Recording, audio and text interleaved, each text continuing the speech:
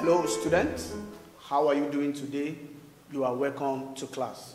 Today we want to continue our discussion on balance of payment. But today our focus is on balance of payment disequilibrium. But before we go to the topic, let us look at the objectives that have been outlined for this class. Number one, we want to describe the concepts of balance of payment disequilibrium. Number two, we want to evaluate government policies for correcting balance of payment disequilibrium. Let's get started. Balance of payment is a double entry accounting record. It must always be balanced. The balance of payment surplus or deficit will indicate an imbalance in the balance of payment account. This imbalance is what we describe as balance of payment disequilibrium. A balance of payment disequilibrium will occur when the total receipts of a country on the combined current and capital or financial account are not equal to the payments. And there are two types of balance of payment disequilibrium. Number one, we have balance of payment surplus.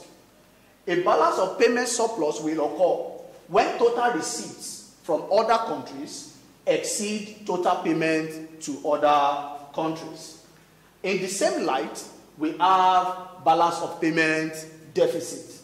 A balance of payment deficit will occur if total receipt is less than total payment to other countries.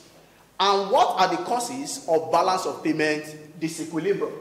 Number one, we talk about unfavorable balance of trade, when a country is importing more than she is exporting to other countries. That can lead to balance of payment disequilibrium. Number two, changing export demand.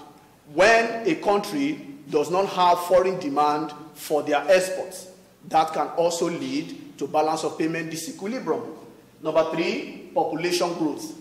When a country's population is increasing seriously, then the country will have to spend more on managing the population than in productive activities, which can also lead to balance of payment disequilibrium. Number four, huge external borrowings.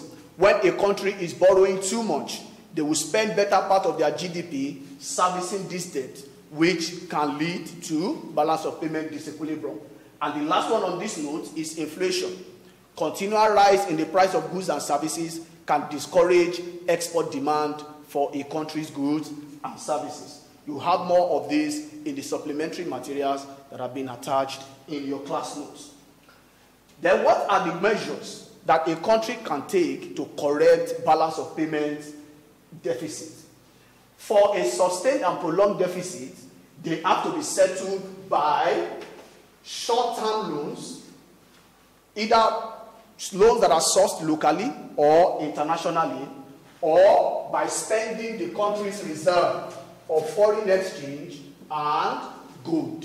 This can be a way of addressing balance of payment deficit. And other measures like export promotion, where a country standardizes their products up to export standard, can also be a solution to balance of payment deficit. Number two, restrictions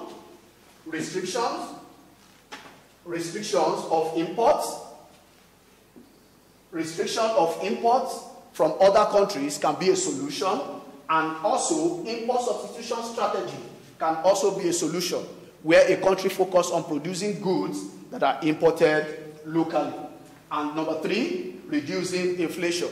Continuous effort to reduce the price of goods and services will make the product of a country to be attractive. Thank you for participating in today's class. We'll see you in the next class.